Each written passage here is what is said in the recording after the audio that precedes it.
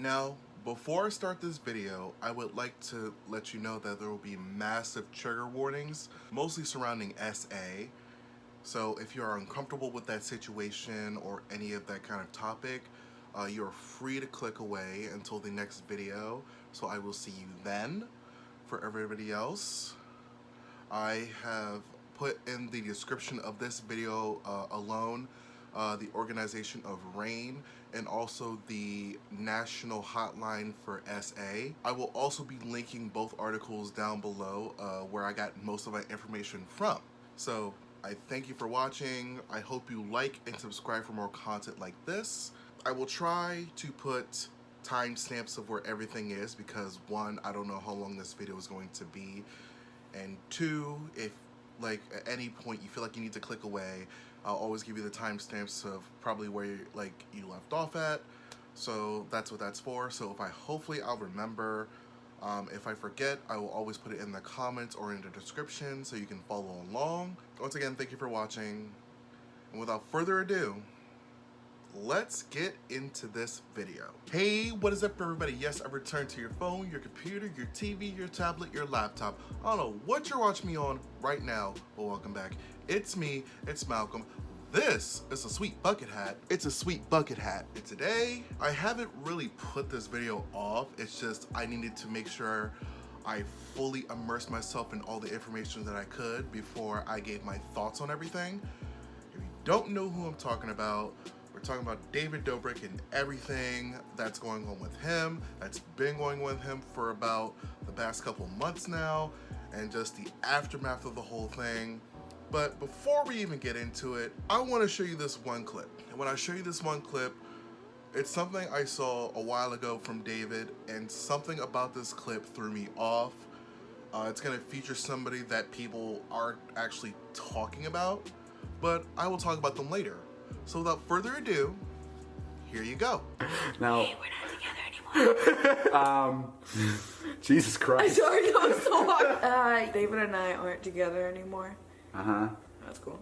What are you doing later? I don't know. All jokes aside, we are broken up. Liza broke up with me 6 months ago. Oh, that sucks. Why'd you do that? Why'd you do that? I looked at the light for 2 Why are you months. crying?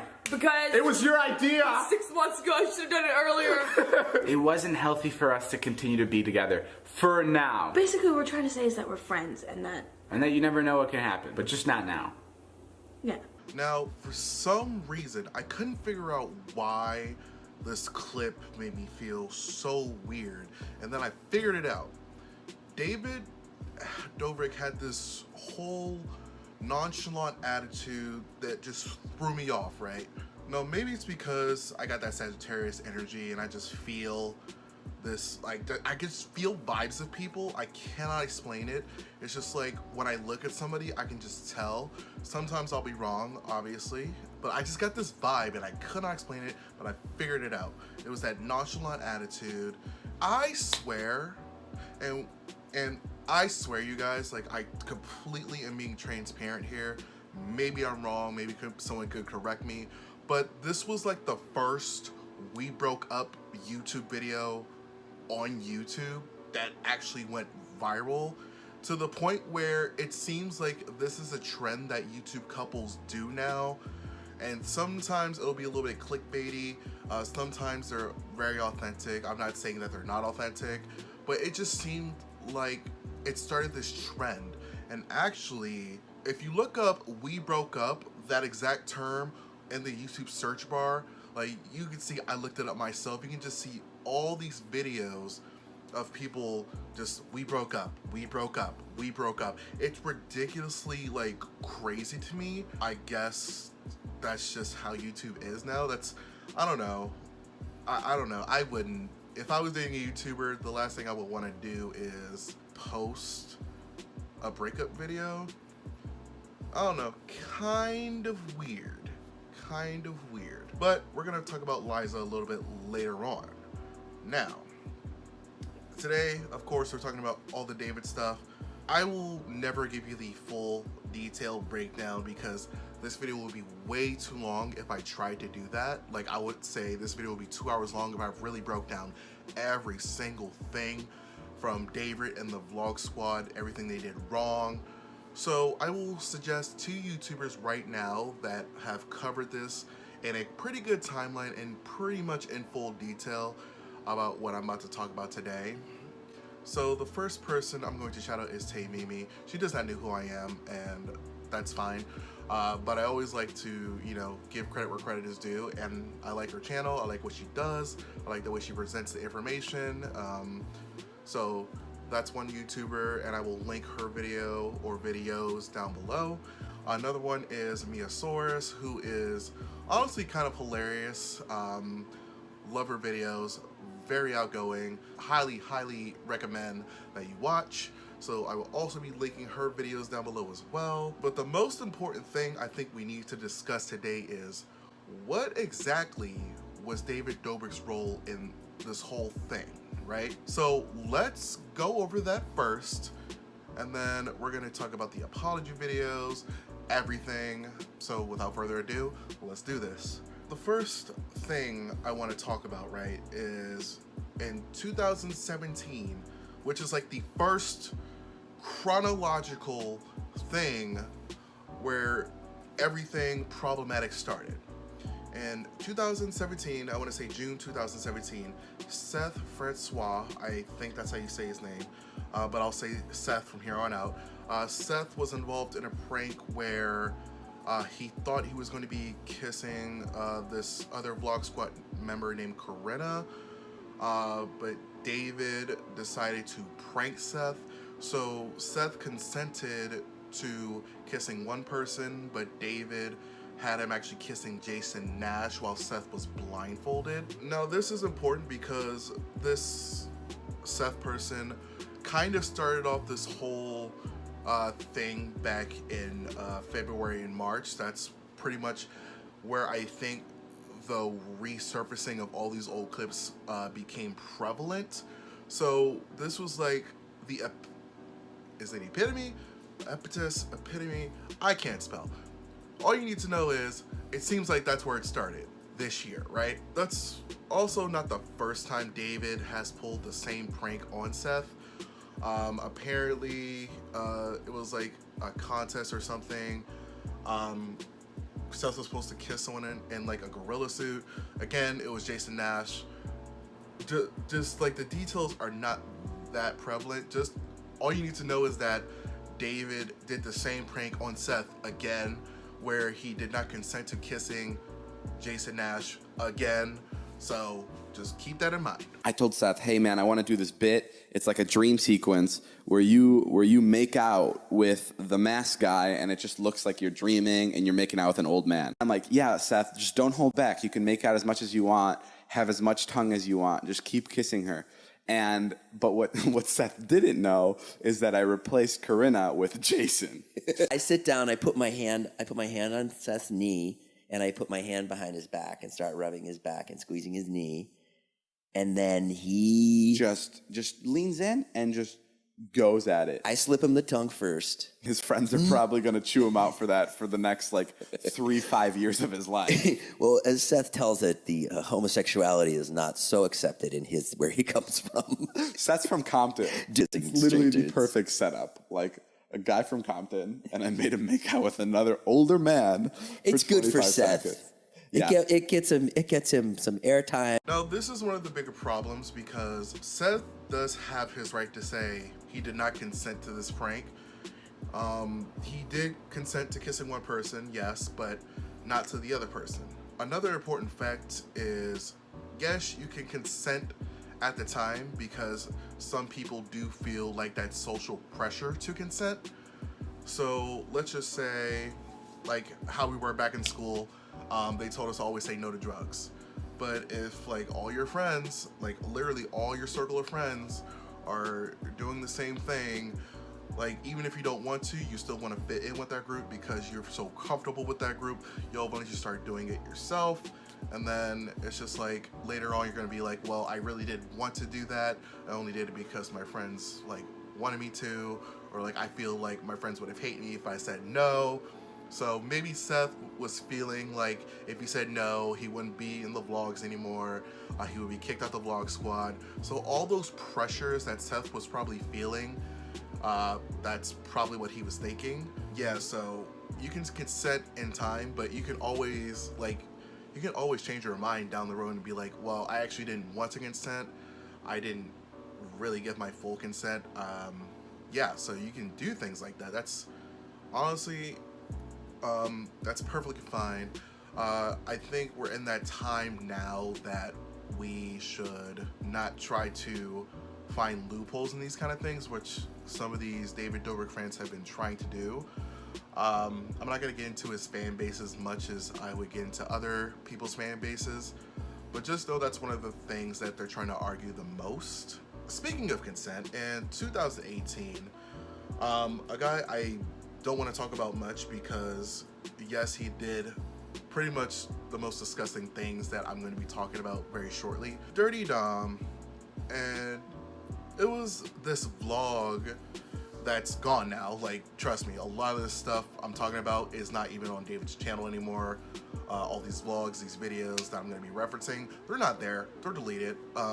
So good luck trying to find the clips. If somebody re-uploaded it, good luck to you. In 2018,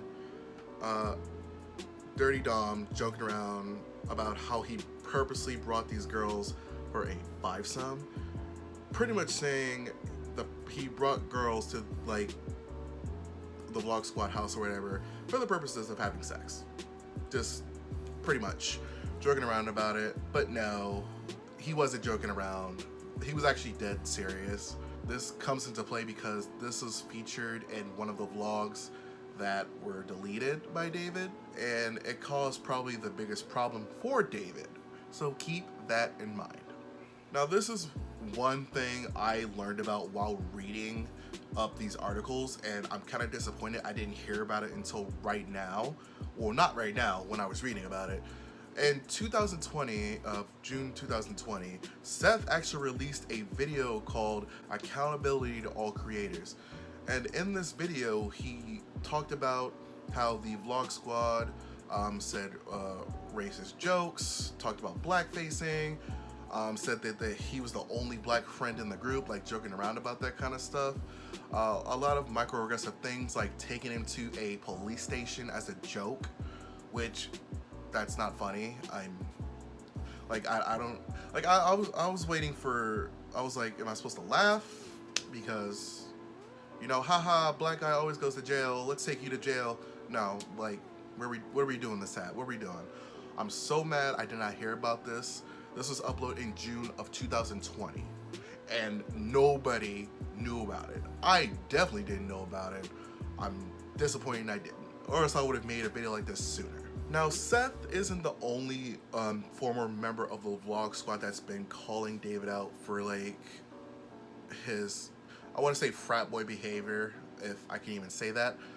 Just his, like, annoying, terrible joke behavior. Another former member of the Vlog Squad that's been calling David out as well is Big Nick. And Big Nick is the member that had dwarfism. And actually, I actually do remember some clips where, like, David and the group would joke about his height, like make videos dedicated to making fun of him and all these things. And another thing, like I already talked about it earlier with Seth, it was that pressure of wanting to stay involved in the group. So maybe he would laugh at the jokes at the time when it was going on, but in reality, it probably affected him a lot because, like, why would you make fun of, like, a disability that I have as a joke for a vlog that, you know, you get famous off of? Now, I was gonna say he made money off this videos, talking about David, but I learned that a lot of the music he uses is copyrighted, so he really wasn't making money off of his videos, which he's gonna have to fix that now if he wants to make money at all. So another former vlog member pretty much saying, like, you know, David did all these, like, things to me, he said these things to me, it really didn't make me feel good, it actually affected me mentally, things like that. Now, I know for a fact, if you are watching this video right now about David Dobrik and this Vlog Squad thing, one person that has been talking about David Dobrik the most from that time era, you definitely have heard their name. Trisha Paytas I want to say for about a year plus now, has had, I want to say that, not even hundreds, I want to say thousands of videos on David Dobrik and the Vlog Squad, just saying how terrible they were, the terrible things they did to her, the terrible things they said to her. But because it was Trisha Paytas and this was a few years ago, nobody really listened to her. Like, of course her hardcore fans did, but nobody was really like listening until now. You know what I'm saying? Recently, she talked about this one time, her and Jason went to this hotel after they got off a plane, and apparently David was already waiting in their hotel room. So it was supposed to be a whole prank that Jason set up, and it's kind of messed up to set up your girlfriend for a prank. Like, I don't care if we're in the same friend group or if we're in the same content group. Like, it's just something about that's kind of weird. One, to wait somebody's hotel room, to then prank them while they're in the shower. So at their most vulnerable, you decide to prank them in the shower. That's kind of traumatizing. That's kind of weird. That's kind of gross. And Jason Nass is also a weird human being that I don't have enough time to even deep dive into, so I won't, or else this video will never end. Yeah, Trisha Paytas, they have been talking about David and the Vlog Squad for so long that it did become radio static to some people. But now that all of this stuff is out, people are like, wow, Trisha was right this whole time. Like I said in multiple videos in the past, that does not excuse their past at all. But I think we can also look at separate situations and be like, wow, that was kind of messed up. I think we can all agree to that. Now, this is where everything really hits the fan. Remember how I said how Dirty Dom joked about having a fivesome with all these girls and this vlog that got deleted? Well, this year alone, a Business Insider article actually released an article about how in 2018, these girls actually came out and said that Dirty Dom actually SA'd one of their friends. And when I say SA, I don't mean just kissing without permission or trying to just hey, you should give me your number. No. I'm talking about he went all the way without her consent.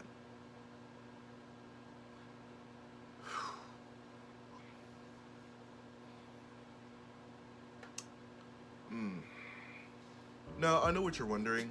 What does David have to do with this? Well, one, it was David's vlog. Two, the girl involved actually asked David to delete the vlog in question, which David, in one of his apology videos, said that he immediately did. However, some stories are saying David waited a couple months or weeks after he knew about this information and he kept it up and then he deleted it. But we're not talking about that just yet. We will be talking about that. The timing is important because David actually was hanging out with Dirty Dom even after that vlog. And when I say the timing is weird, he deleted the vlog, right? And I think it was Ethan Klein. He used the Wayback Machine to figure out that, yes, the vlog was deleted. He found out when, and there was actually an Instagram photo or whatever of David and Dom at this party. And I know what you're thinking, oh, maybe they were just at the same party. No, this was a party for Dom. And he actually took a picture with David for his Instagram. And this was back in February of 2020. Meaning, David still hung out with Dirty Dom after finding out all this information and deleting the vlog. That is very important. So keep that in mind. Now, I've probably said this on Twitter, and if you don't follow me on Twitter, you'll never see me going off as much as I do. Something I did notice, and maybe other people have picked up on it by now, when Seth and Trisha were talking about all the stuff that David was doing, like I said, there was a video last year that nobody was talking about, and I was just like, wow, my jaw was on the floor. As soon as this Business Insider article comes out and exposes David, now people are listening. Now people are reacting the way they should have, like, a year ago, right? And as soon as this article comes out, which makes me it makes me laugh, right? Like, YouTubers that get caught up in these kind of things always try to have like a backpedal moment, and the timing for David Dobrik was so awful. Well, he actually did release an apology video, right? He decided to speak out on his second channel. Not only on his second channel, no. The reaction was so bad that he had to turn off the like to dislike ratio and turn off the comments. Now, this was David's biggest mistake. He already lost a lot of sponsors at this point, right? He lost, and this is a big list, so I have to read this, y'all. He lost EA Sports, HelloFresh, Dollar Shave Club, DoorDash, General Mills, HBO Max, Facebook, Audible at this point, but the list isn't over. He also lost YouTube subscribers, he lost Instagram followers, he lost a lot, like a lot, to the point where I've never seen someone lose. Pretty much they lost all the sponsors to help make their videos. Dispo, an app David co-founded, even though he probably stole it from somebody else, which he probably did because a TikToker came out and exposed him, and then David lied about how he got the copyright when the copyright was way after the guy gave him the name and the idea for Dispo. Anyway, he stepped down from Dispo, and the firm company, I think, that funds Dispo, denounced David Dobrik, said, yeah, we don't condone any of that. And I think they also donated any profits from Dispo to victims of SA, which, that's great. David's the one that did everything wrong, so I do appreciate that this company still was like, we're still gonna donate the money to a cause because we're not about this. I will give them kudos for that. And after David released that 2-minute and 31-second apology video or whatever that was, he lost like the big boy sponsors. He lost SeatGeek, Chipotle, Bumble, and Frank's Red Hot, the hot sauce company, the thing that you put on your chicken wings, you know? Also, David lost his monetization on YouTube, which, again, he really didn't make money off of YouTube that much anyway, because a lot of the videos he posted were copyrighted. In turn, the only way David Dobrik is making money right now is probably from a sponsor that he hasn't lost yet, but I think he's lost them all, or through his merch alone only. That's it. That's literally the only way David Dobrik at this point is making any money. That's crazy. Golly. Now, of course, you would think after all of that, pretty much losing everything, David Dobrik would just take the L and move on, right? No, that's wrong. Oh, no, my friends. David Dobrik released another video. Yes, he released another video. A brilliant video. A brilliant title. Brilliantly named 3/22/21. He labeled the video the date.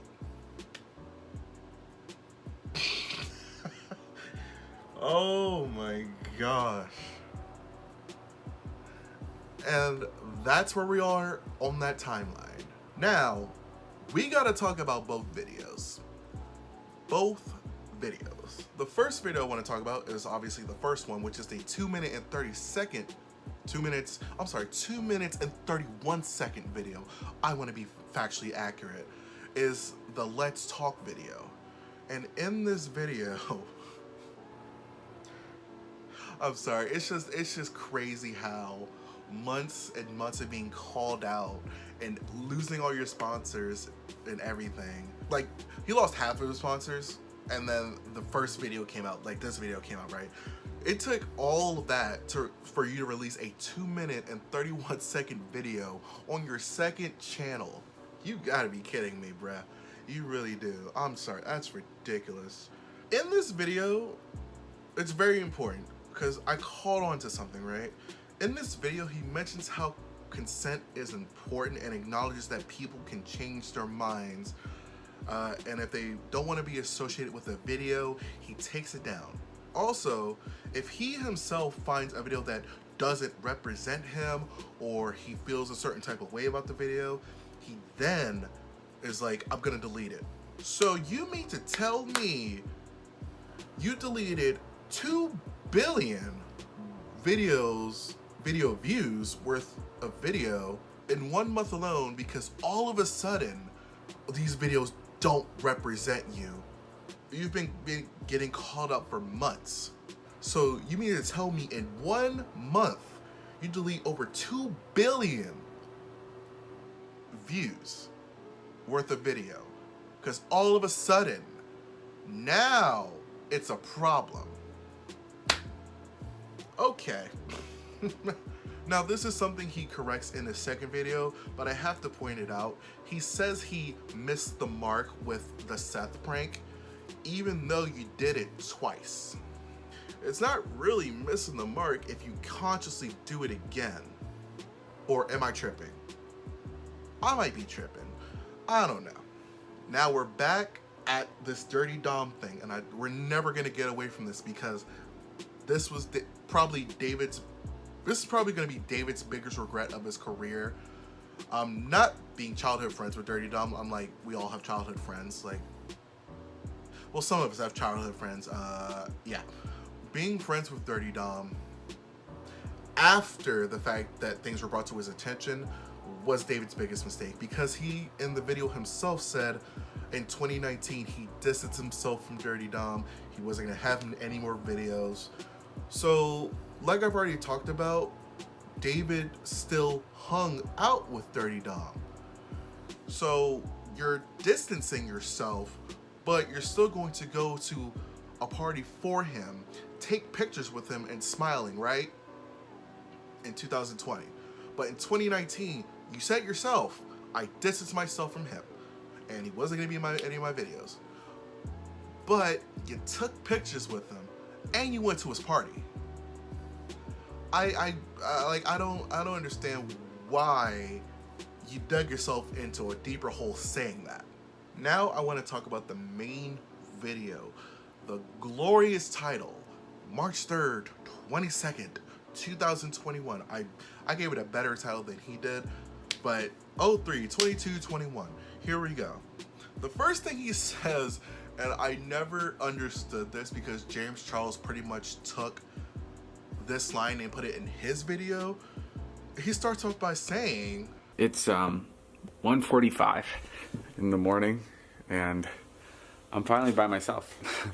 okay, but literally no one asked or cared. Like I've already said, James Charles seems to have taken that and was like, oh, that's a good idea, sister, and put it in his video. The same kind of trope. Oh, it's really late at night and I'm by myself. To make yourself seem more humanized, which is such a manipulative tactic. I don't know why anybody was like buying it right there and then. Right there and then, you should have known this video was gonna be some BS, honestly. Another noteworthy thing that David says in his video is, I want to start this video off by saying I fully believe the woman who came out against Dom and said she was and by him. As it was reported the next day, I got consent to post the video. Even though I got the consent to post that video, I should have never posted it. And what I understand now, and I didn't understand before, is that she sent that text because she felt like she had to, not because she wanted to. Okay, but wait. You fully believe them, but okay. The way he phrased it made it seem like when he was immediately told everything, he immediately believed him. But he himself admitted that he stayed friends with Dom after stuff was brought to his attention. So the way it was phrased made it seem like he immediately just like was like, yes, I believe you. I'm not his friend anymore. I'm saying take care of this the best way I can. No. He still stayed with friends with Dirty Dom a little bit after. I just want to keep reiterating that because it seems like more so a slap in the face to the survivors. He then doubles down on his point about filming with Dom. I made the decision to no longer film with Dom in 2019, and I'm not saying my content has been brilliant since then, but that's when I first started taking into account the power dynamic and what influence I had on people that I was filming with. Again, you were spotted at this party in 2020 with Dom, right? You stopped filming with him, which was a clever way of saying, yes, I still talk to him. But I don't think anybody really picked up on that. I'm pretty sure he doesn't talk to him anymore now, but when it happened, he was probably still talking to him, y'all. Like, I don't know how many times I have to drill it into people's heads, especially the people that don't believe David did anything wrong. I don't know how many times I gotta drill it into like y'all's heads. He was still talking to him. He was still friendly with him. Just because he didn't film with him doesn't mean he didn't cut off all communication, which is what he should have done. Point blank period. And how convenient, right? How convenient is it to be like, oh, I'm just gonna take a break. James Charles, who I've already talked about, did the same, like it's like copy paste. You get caught in a controversy, I'm gonna take a break. I mean, okay, like, take a break. Go ahead, do it. Whatever, man. Like, another thing which kind of made me upset with David, in this video, he could have done so much more. He didn't put a description where he could have been like, hey, this is the national hotline for SA victims, or like, hey, I don't really get any ad revenue, but I'm gonna donate to this charity to help out victims of SA. He could have really done a lot of things. Of course, it would have seemed performative, but he could have at least done something. He left the description blank, just literally nothing there. The comments and the like to dislike ratio are still turned on, so you can always go read the comments over there. People are still commenting to this day, so if you want to go look, see what people have to say, I encourage you to go look and then dislike the video, because the dislike ratio is not high enough for me, and I need y'all to dislike that video. Thank you very much. But how convenient is it to be like, yeah, I'm gonna take a break. The privilege of even saying you're gonna do that. Now, we're gonna talk about just my overall, like, I guess I gave my opinion here and there, but just my overall reaction to this whole thing, right? Like, the aftermath, like, what happened after? That's a really good thing to note. And I have some questions myself. So, I think one of the biggest problems that I've probably like mentioned it like once in this whole video so far, it's David's fan base. If you go onto like any Reddit thread where they're talking about this situation, you go on Twitter, it just seems like a plethora of excuses for David Dobrik. And I get it, you don't want your favorite YouTuber celebrity to be caught in hot water like this. To really look at the text messages that were leaked by Scotty, I think his name was, who then deleted the video because he didn't really know what was going on, which is my favorite thing that people say in these situations. I didn't know what was going on, but I'm still gonna defend my friend. No, that's like the most ignorant thing you could possibly do, is blindly defend someone without knowing the information. David Dobrik's friend used that Scotty video that I talked about, where it was screenshots of Seth like laughing along or whatever it was, and like his fans immediately was like, yep, he consented. You can't say that he didn't consent. Look here, he consented. We already talked about this in the beginning. You are free to change your mind. There are instances where I don't think pressure consent is a real term, but it's a real thing. So you can feel pressure to be like, yes, that was a funny joke, haha, things like that, because you don't want to create that awkward space. And you want to still be accepted in this group. You still, still want something from this group, right? Because the power dynamic David has, he had all these sponsors, all this money, he gave away Teslas to people. Like, why wouldn't you want to be in that kind of group where that guy's like giving stuff away, has all this money, has all this fame that you could not really leech off of, but you could just like benefit from it. And I'm pretty sure David and Seth were friends. Like, they were like friends, right? And again, I have to bring it up again because like people are like, David distanced himself, so it's not really his fault. Remember, you gotta remember, y'all, 2020, on more than one occasion, I just only talked about the one where he's taking a picture with Dom. I mean, what more evidence do you need that David wasn't fully honest about what he meant by I distanced myself? We just need to stop making excuses and just listen to people. If the common denominator all has the same result, I think we can clearly tell what the picture was there. Even though none of us were there, so the only people that know the full truth were the people that were there that day, right? But if the common denominator is one person, you gotta listen to everybody else. Just like when it comes to the James Charles situation, right? The common denominator was, he was on Snapchat, he added me, he talked to me, he got a little bit aggressive, sent me pictures. I was underage. The common denominator is James Charles, right? The common denominator in this situation is David Dobrik and how he enabled this atmosphere. And that's my personal opinion. At the end of the day, this really is all on David. He created this atmosphere where this type of behavior was okay. Like, he even admitted in the video himself that he created and enabled this environment. And the fact that you still went back to your childhood friend because you couldn't fathom the thought of your childhood friend doing something so disgusting is such an invalidation of the survivor's feelings. And this isn't just a David Dobrik thing. At the end of the day, I want this to be like a lesson we can all learn from this. This isn't a David Dobrik thing. This is a society thing. We need to stop making excuses for family, friends, old co-workers alike because the thing they did wrong doesn't fit their character. In the end, they still did it, right?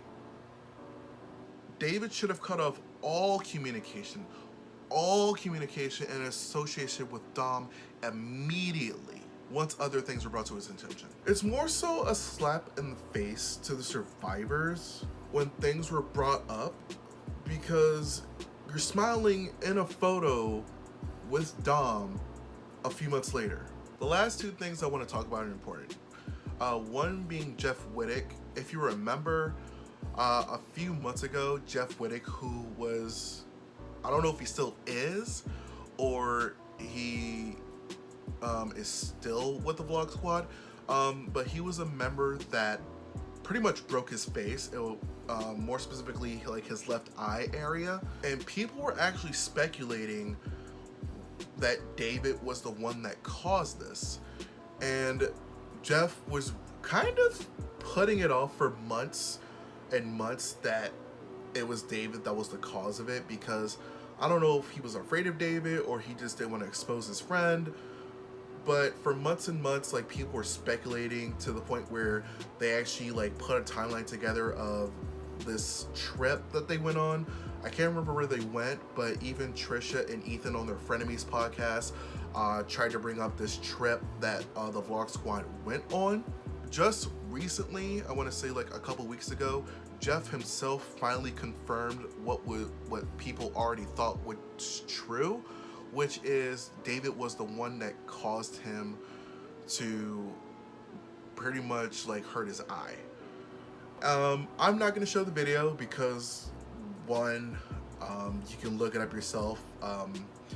You don't see anything, but just like looking at it and knowing the aftermath is horrifying.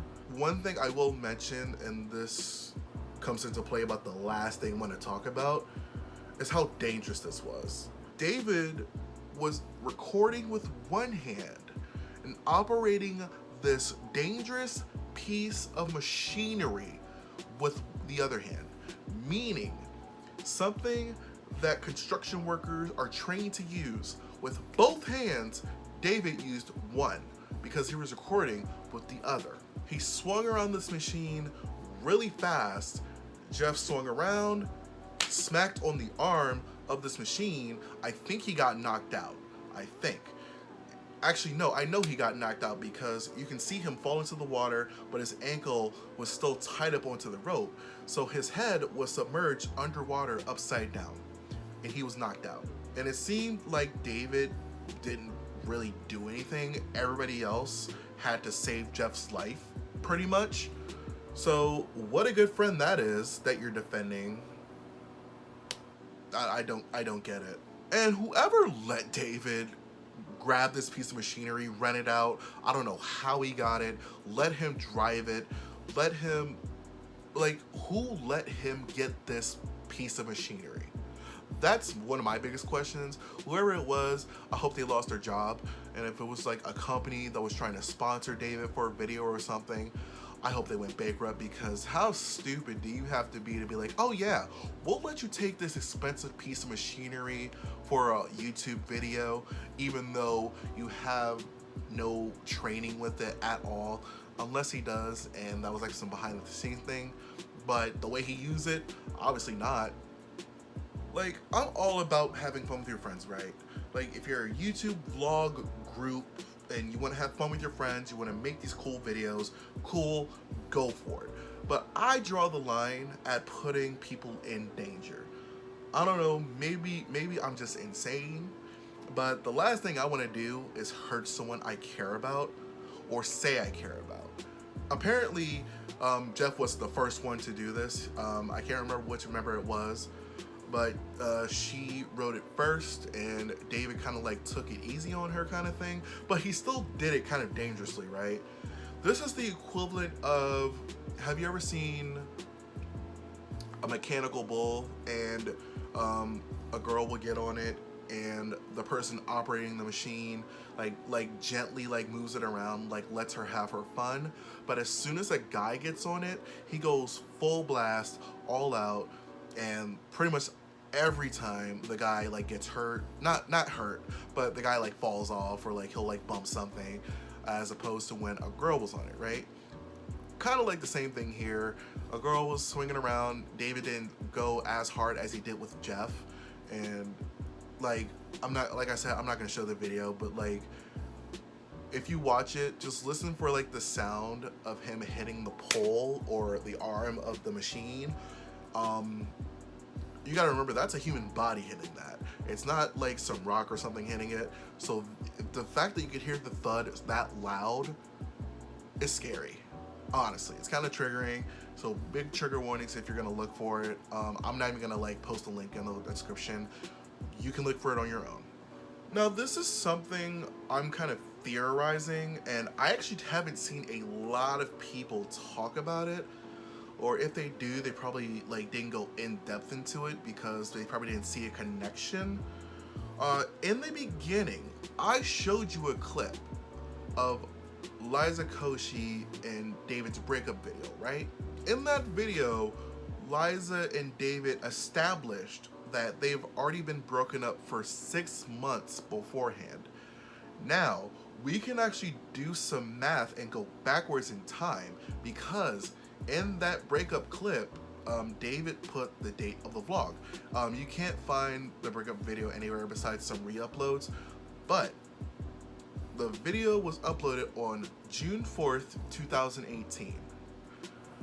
So if we take 6 months away from that, we get the date of December 4th, 2017. Or like, if you want to even like add a few days, December 4th to like what, December 11th, 2017. The point is, it was sometime in December of 2017. This is very, very important. Remember, a lot of the things that David's been accused of and all this stuff, besides the one prank video that he did on Seth where he had him kiss Jason Nash, everything else though happened after this breakup. All the dangerous stunts, all the problematic things, everything happened after the breakup. Now, what if, right? And this is just me in my theory zone, so just bear in mind. What if David Dobrik always wanted to do these crazy and dangerous things, just like how he hurt Jeff, like his friend Jeff, with his face? What if David always wanted to do all these crazy things? However, Liza was like, no, you're not doing that. Basically keeping him in check. So what if Liza Koshy was actually keeping David from pretty much hurting himself? If that makes any sense? I know that sounds very, very weird, but I feel like nobody's really brought up this point. And yes, Liza Koshy has her own problems, but we're not talking about that right now. What if anytime David was like, oh, I want to do this like flamethrower thing, and Liza was like, no, that's really stupid and dangerous, why would you do that? Boom, end it right there. Or what if you want to do this forklift thing? What is it, a forklift? It wasn't a forklift. Like this crane thing, and he wanted to do it a while ago. Liza was like, nope, you're not doing that. That's really dangerous, David. What if all these dangerous things that David keeps one-upping himself for? Because if you noticed, I can't explain. It just seems like after this breakup, he kept trying to one-up himself constantly. Like constantly. I really do mean constantly. To the point where I think I made a reference in a video a while ago, and I think it was about Jake Paul maybe? Or maybe I said it on Twitter. But I said I said David Dobrik is what Jake Paul wants to be. No, that's the worst thing I probably could have ever said, because now that I know everything, or like mostly everything, like I've read up on a lot of stuff, I regret saying that, obviously. But yeah. You know, if David was like racist and a COVID denier, said it was a hoax, and just a little bit sexist, he would be just like... It's every day, bro, with the Disney Channel flow. 5 mil on YouTube in 6 months, never done before. Past all the competition, man. PewDiePie is next. Yeah, him. In conclusion, this is probably one of these things that it didn't ruin YouTube, right? But it could have, because David Dobrik has been one of YouTube's golden childs, right? Golden children, one of those things. And like, you gotta think about it like this way, right? Shane Dawson, Jeffree Star, Tati Westbrook, James Charles, who's another one? Pretty much every golden child of YouTube has fallen. Jenna Marbles is gone too. I forgot about her. Wow, I forgot about that. Jenna Marbles is gone too. But she kind of like took herself away, even though people have been calling her out for months and months before that. But every YouTube golden child has fallen.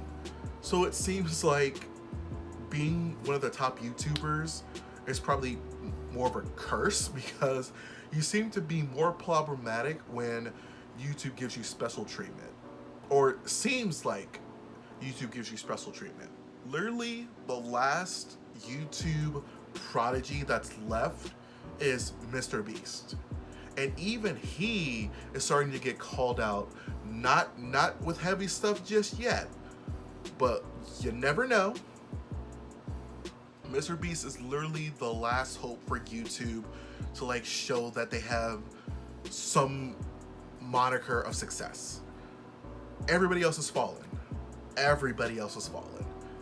Even PewDiePie, right? Like, he had that bridge video. And if you don't know what I'm talking about, you have not been on YouTube long enough. All I have to do is say bridge video and a lot of people will get the reference. But just thinking about that is sad. Hopefully this opens up YouTube's eyes to who they like push through the algorithm and stuff, because like the algorithm doesn't work. If you've been on YouTube a while, you know the algorithm is probably one of the worst things about YouTube because it never works. Like you'll click one video and even if it's like you watch it for like a minute or two, it'll just suggest all these videos that you did not care about. Like, what if I just wanted to watch one video on how to fix a tire? I don't want to see a bunch of cars videos. I just need to know how to fix a tire. You know what I'm saying? Yeah, that it's just crazy to me that everybody that's been praised in the past year or past 2 years, like it seems like these past 2 years we're losing all these great YouTubers because of the problematic past that a lot of people didn't know about but now are being brought to light. So I'm glad they're being brought to light because like I don't want to live in a lie, even though we're probably in a same relationship, but we're not going to talk about that right now. But I don't want to live in a lie where I'm supporting a celebrity, YouTuber, what have you, and it just turns out they weren't who I thought they were. Where's Liza Koshy? That's what I meant to say earlier. I don't know where Liza Koshy is. I feel like because her and Dave were supposed to be like best friends after this breakup, that she will be one of the main people defending him. But no, I really haven't seen her say anything. She just kind of like went on a whole double dare that lasted for like a season. Just moved on. She really moved on. She got her fame. Like I said, she has her own things going on, her own problematic past as well. But yeah, it's just, that's crazy to think about, you guys. Ooh, that was a lot. Yeah, this video is pretty long, so I apologize. But you made it to the end, so congratulations. Welcome, you're at the end. Once again, it is Malcolm, that's me. I have a subscription button up here. I have 2 other videos over there for your own free time. I hope you had a good time. I hope to see you again. But without further ado, I wish you well. I wish you good health. And I will see you again next time.